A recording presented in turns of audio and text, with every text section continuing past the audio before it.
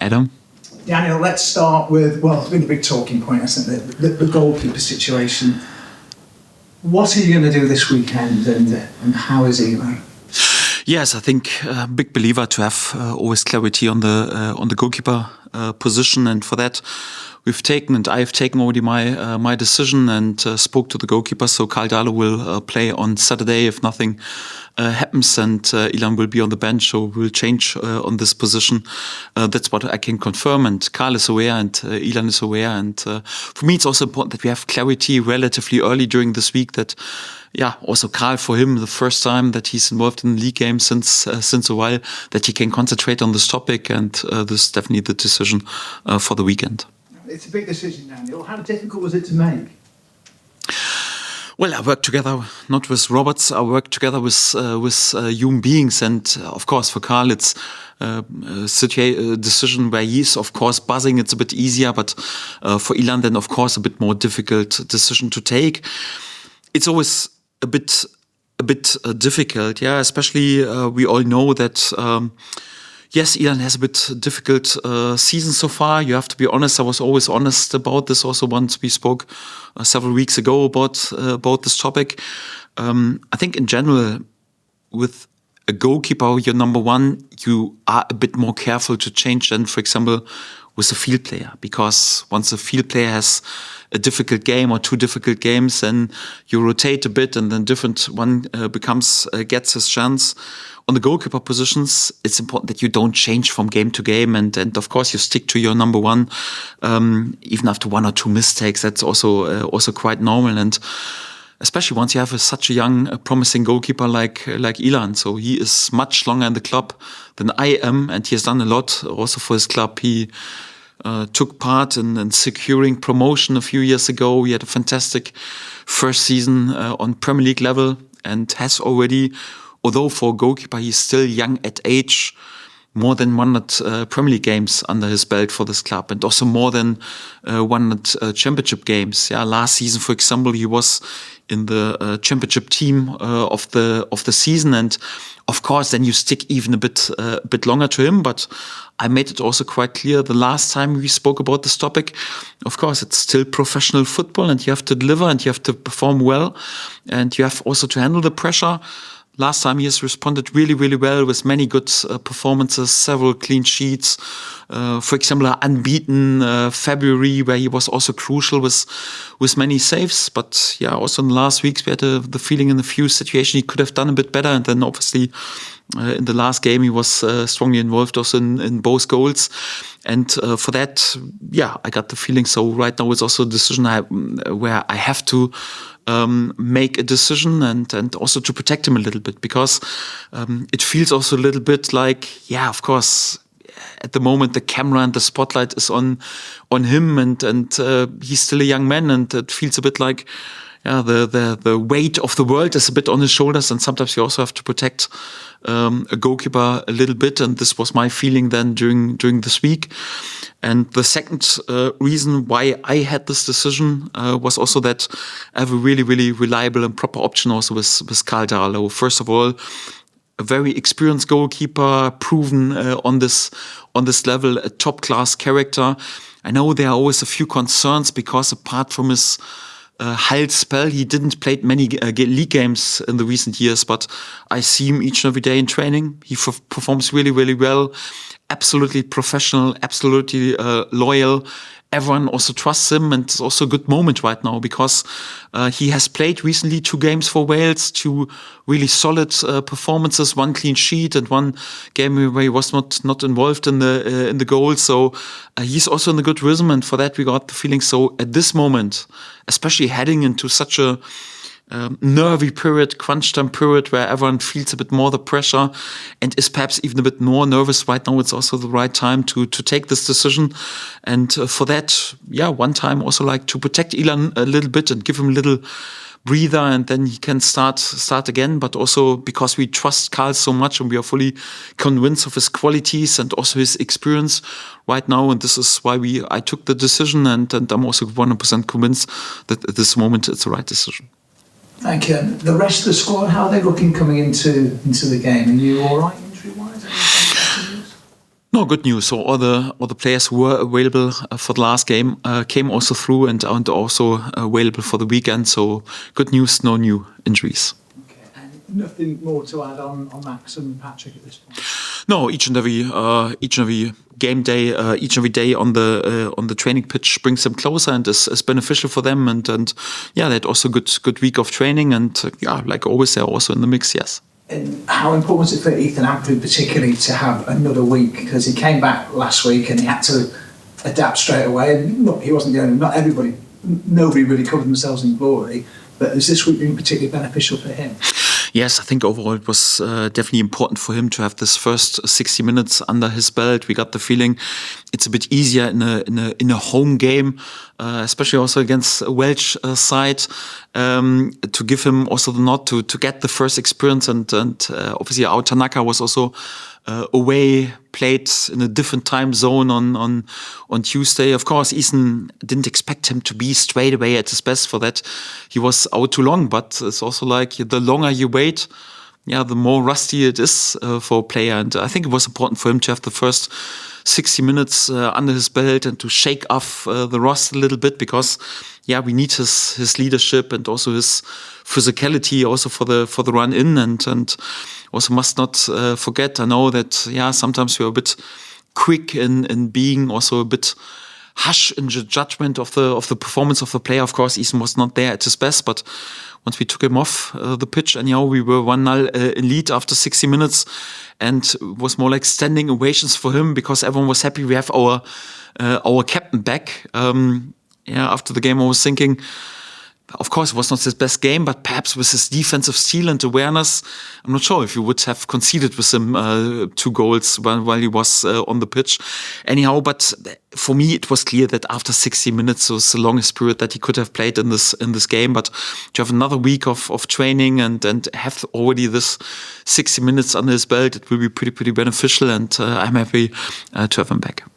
And Daniel, you said that you're convinced that Leeds will be in the Premier League next season. How have your players responded to that? Because you being convinced, you have to transmit that message to them continually, I suppose. To be honest, I've not asked them how they judged my opinion. Just I want, together with you guys, when I ask a question, and I was asked the question, are you right now nervous because a few weeks ago you were in an even better position? No, it's just my honest feeling. I'm not nervous at all. I'm totally composed and calm and cool. And I'm 100% convinced that we will play Premier League next season, because sadly I'm already a bit older.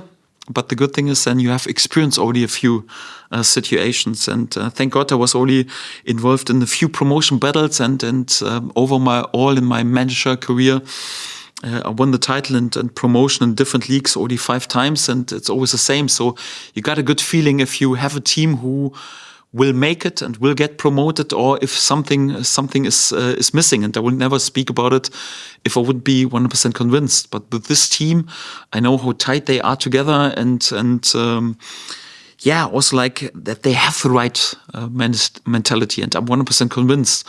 Of course, at this stage of the season, you can't guarantee that you will finish in the top 2, because for that the tide is too race. We have the race is too tight. We have strong opponents with Sheffield, with Burnley, even Sunderland is there if they have a perfect run in with an outsider chance. So you can't guarantee that you will finish in the top 2.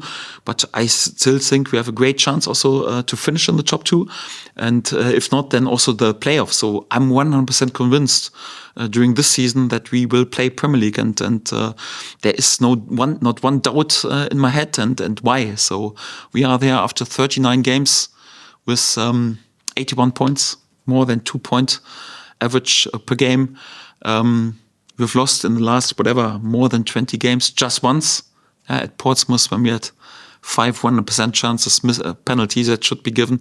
Why should I be nervous? Just because the first game after the international break, when we score more or less 2 own goals, it ends up then with a heartbreaking finish in the last minute, and it's just a draw. And just because, perhaps a few game days ago, the situation in terms of point gap was even a bit better. If the season would be finished right now, we would play Premier League because we are currently in the top 2. But again, so for me, it's also like, yeah, even if you would drop out of the top 2, I'm 100% convinced in the end we have all chances to finish in the top 2, and if not, then choose the playoff. So I came here also in order to bring this club back to the Premier League, and I'm 100% convinced. And I work with this group each and every day. I know how tight together they are. I know that at the moment we have no injury problems. We have all players back. I know on which good run we are. We are there. In the top 2 at the moment, 81 points, best goal difference. We score many goals. Yeah, last 2 games we have conceded a few too many, so we have to make sure that we don't give too many cheap goals away. But sometimes you have to accept the draw. It's not like 46 game days are all in your direction. Yeah, sometimes you also have to accept that it's a game day of the other teams, and for that, I'm 100% convinced, and sadly I can't give you a guarantee because I don't have the knowledge about this, but just can give you a clear answer and my clear opinion, and I'm totally calm, and I'm pretty convinced that we will achieve our target. Thank you. Great, Daniel. You don't have to tell us the full starting lineup if you don't want to, but is Willie available to start, and how keen are you to make use of his momentum he's built up? Yes, overall we got the feeling. Of course, it was a heartbreaking finish, but also for several players, it was the last game was individualized pretty beneficial. Yeah, for example, it was good for Junior and for AO not to risk them in terms of injuries and to give them a bit more time to recover. I think they are fully fit for selection. It was good for Brendan Aronson after a difficult spell. I think he was our best offensive player on the pitch, especially in the first half. Scored after 40 seconds. I think for him also confidence boost, important for him. Good for Willie to find a bit more trust for back in his ankle, and good for him also to have a full week of more healing for the ankle and full week of training. I think beneficial for him. We spoke about Eason, that it was beneficial. So overall, I think for many players, yes. And Willie has a good spell. He was quite impressive in the second half at QPR. Was good for his confidence. And of course, he was also a bit nervous about his angle. But when you score a goal and what he was thought it would be a decisive goal, it's always good for his confidence. I would have preferred that we wouldn't concede and that he was more or less carried on the shoulders of his teammate through our supporters and gets a bit more praise instead of feeling the disappointment with the last late equalizer. But overall, he's also ready to go, like all my players are, and for that, it's a good feeling.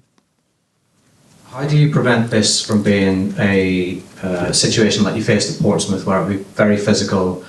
You imagine that they'll try and beat you up a little bit on Saturday. How do you steel your team to prepare them for that and to overcome it? I can't prevent this, and I can't take away from the fact that this will be exactly the fact. So, yes, everyone would have expected Luton to be in a much better position. Everyone was thinking about their challenge also for promotion. They have many players in their squad who have played Premier League last season. They have Premier League physicality. And right now also a good run of form. So we know that, I think in the form table, last 5 games, they're on position 5. They had many good results. And they will, of course, fight with the knife between the teeth because they are fighting for survival.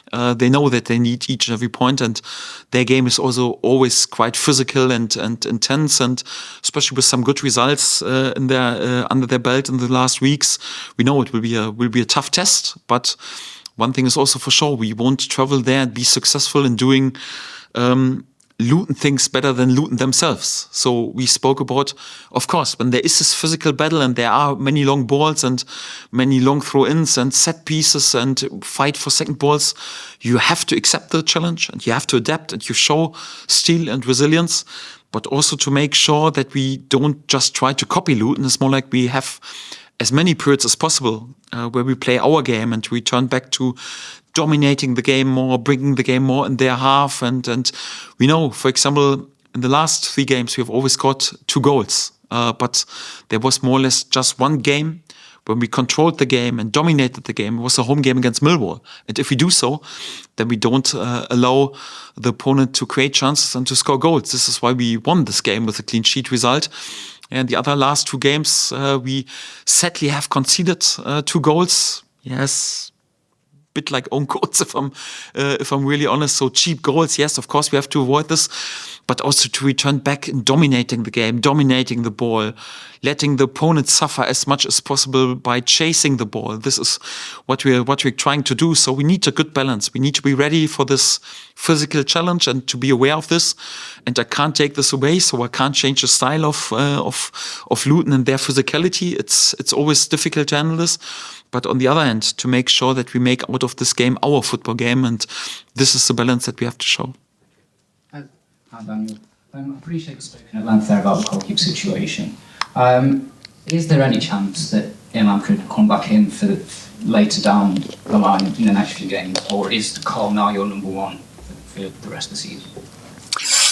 Well, you know my attitude that I don't like to change from game to game on the goalkeeper position. But right now, it's also not the moment to look too far ahead, because when you take a decision and give a promise for the upcoming weeks, and there is 100% an illness or injury or red card or something like this, and then you have to eat your words. So for that, there is not, especially at this stage of the season. So you don't look too far ahead and give any guarantees too much. So we just look up to the next game. But you also know my attitude that I'm not a big fan of changing the goalkeeper from game day to game day.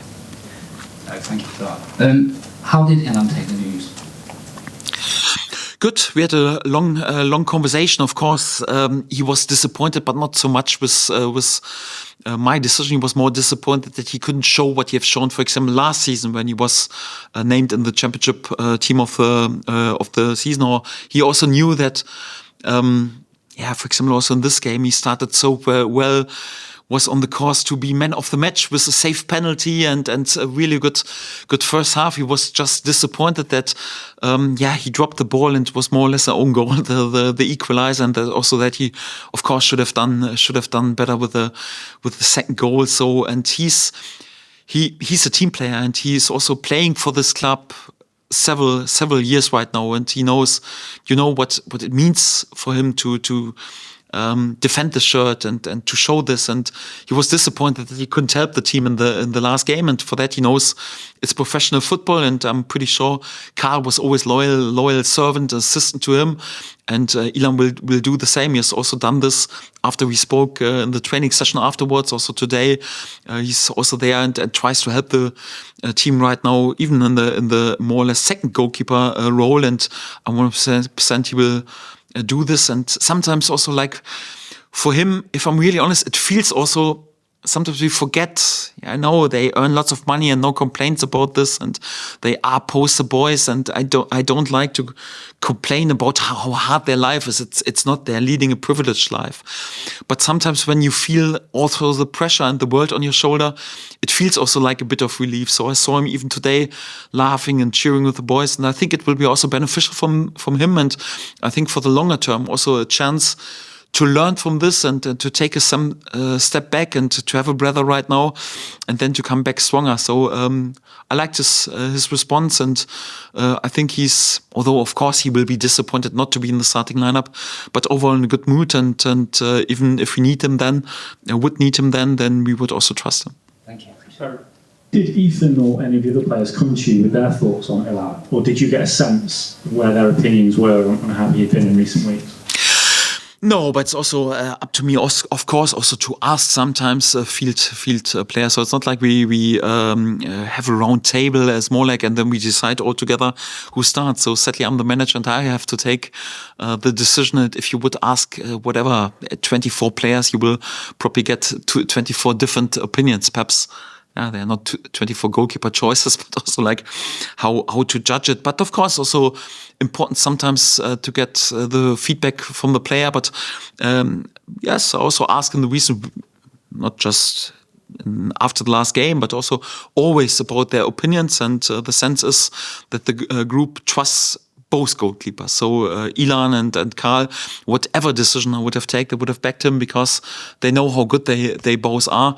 And also with Alex Cairns, our number 3, but they also like to play with him. And even if he would be in the goal, they would give everything in order to protect the clean sheet. So we have a great group of goalkeepers, and I'm pretty fortunate. Obviously, was a bit disappointed that it's a bit more difficult year in this terms, because in terms of points it could have been a bit easier if we would have played on the goalkeeper position such a good season like last season. For example, it was not to be. Sometimes you have to handle this situation, but I know that my outfield players back all our 3 goalkeepers, and they trust all 3 goalkeepers. And of course, straight away, directly after a goal, it's also a gesture of disappointment. That's quite normal.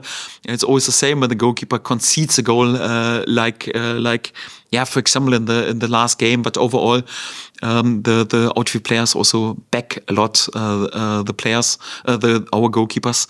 No one came in order to ask for a change anyhow, but also to hear and listen to my outfield players, especially also the defenders, centre backs, full backs, how they feel. It's always not asking them each every day and each every week, but over the course of the season, always like what we can improve and how their feeling is. It's always important to take this also into account. On Saturday, we noticed you'd mentioned going up in late May, and you mentioned the playoffs today as well. And I think we've all had quite a difficult experience of the playoffs, both last season and in previous years with Marcelo. So what gives you the confidence that if you did have to go down that route, that you would come through this time, unlike last year?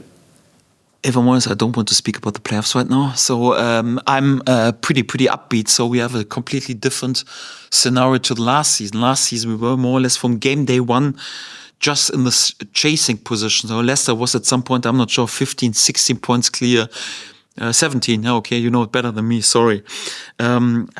Ipswich was far away. It's more or less we were chasing. Whatever it was, 9-10 wins in a row, we were still a few points behind, and it's quite normal at some point. The energy is also a bit over, and we had also a situation that Southampton, who were perhaps the biggest favorite for the top 2 before the season start, they were even behind us and they were involved in the playoffs, and for that it was difficult last season. It's a completely different scenario this season. Right now, the last weeks and months, we were always in the top 2 most of the time, even top of the league, and it's more or less like, yes, of course, it's not like you extend your lead. Sometimes you also the gap gets a bit closer.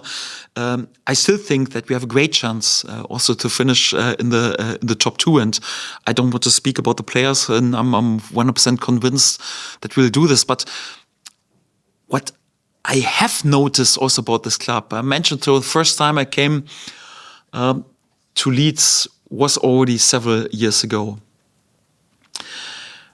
And the second year I was allowed to come to Elland Road. It was a situation, I came with Norwich, and Leeds was together with Norwich in the promotion battle. Leeds was on position 1, 3-point gap to Norwich, even bigger gap to position 3. And everyone had the sense, it was more like, if we beat Norwich right now, the race is over and we are promoted. And I came to this Elland Road, and it was full packed, and all the white scarves, and everyone was singing, marching on together. I was thinking, wow, what an atmosphere. And obviously we had the better ending with Norwich team during this season. And the feeling was a bit like, okay, perhaps they were a bit nervous and a bit overmotivated. Norwich won the game, and then we were level on points, and we were both pretty clear ahead of position 3. And then more like the weeks after, of course, I was involved in this battle, and I realized it's more like, yes, Leeds fall apart, and I was struggling to explain it because I had a really, really good coach with Marcelo. For me, I liked the Norwich team at this, but for me, Leeds had by far the better side and by far better players, and I was thinking, why does this happen? And the feeling was a bit like everyone in and around the club was so nervous and panicking because they just lost this one game against Norwich, but they still had the best team, they still had the top coach, they still had the best position anyhow. Why does everyone get so nervous and try to change everything? So I was realizing they changed the formation and the way they played, and everyone was so nervous. I was thinking, listen, I loved so much to be in the stadium. I loved so much the atmosphere, and what a big club this is anyhow.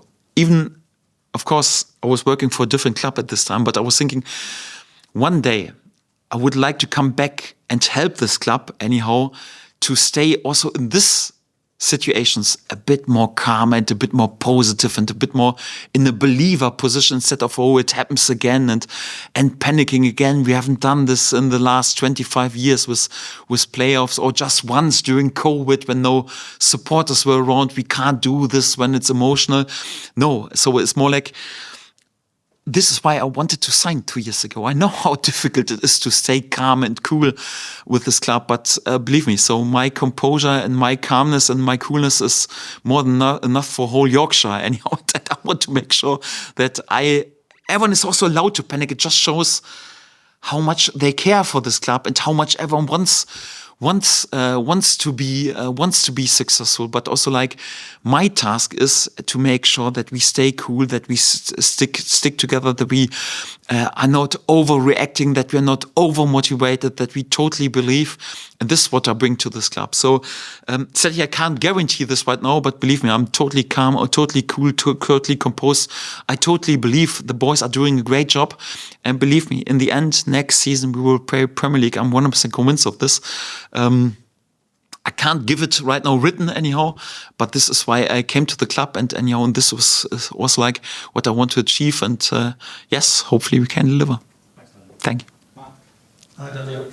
Given what you just said and the experience from last season, and considering that after that great win at Sheffield United, you were 7 points clear of Burnley, 5 ahead of Sheffield United, has it surprised you that your side has let slip the initiative and found yourself now sort of chasing again?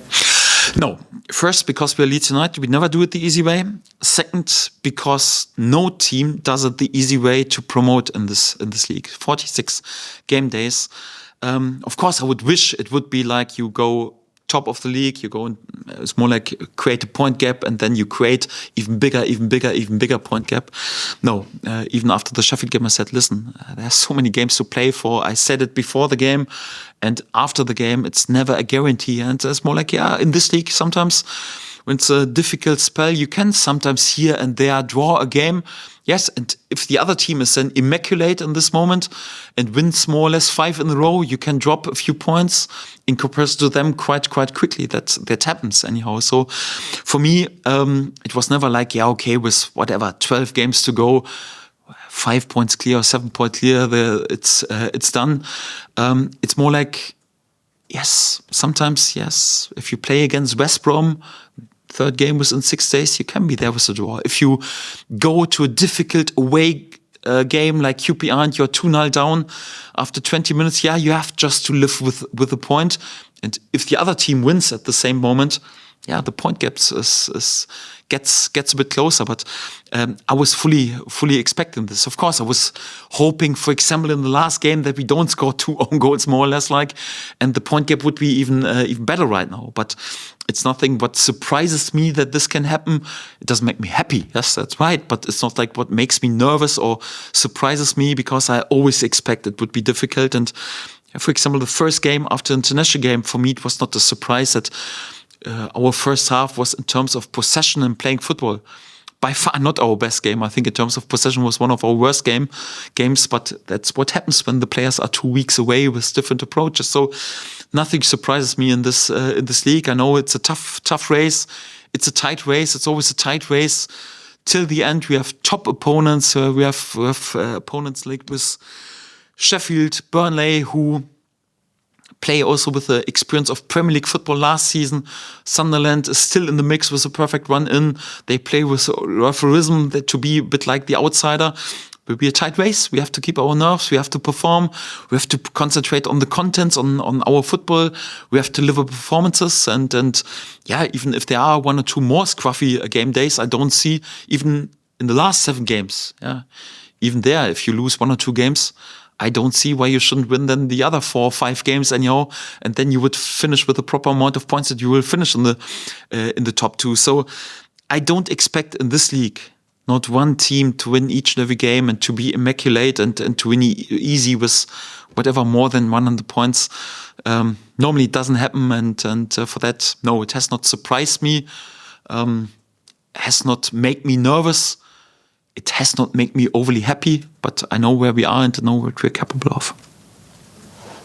Stuart's going to do his questions under embargo if we're okay to turn cameras off.